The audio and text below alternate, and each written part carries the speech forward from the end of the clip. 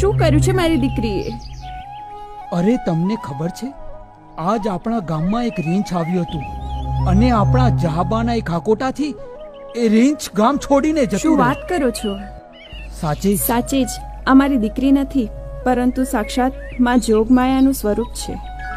હા, જગદંબાનું સ્વરૂપ. ના, આટલું બધું હેત તમે બંને જણાય કરશો તો હું મારું કામ કઈ રીતે કરીશ? તારા હેતના હારડામાં મારા મનને એક અખંડ આનંદમાં બાંધી દે છે ને બાપુજીનો હાથ જ્યારે મારા માથા પર ફરે તો લાગે આકાશ ધરતીની ઢાલ બની ઊભું છે.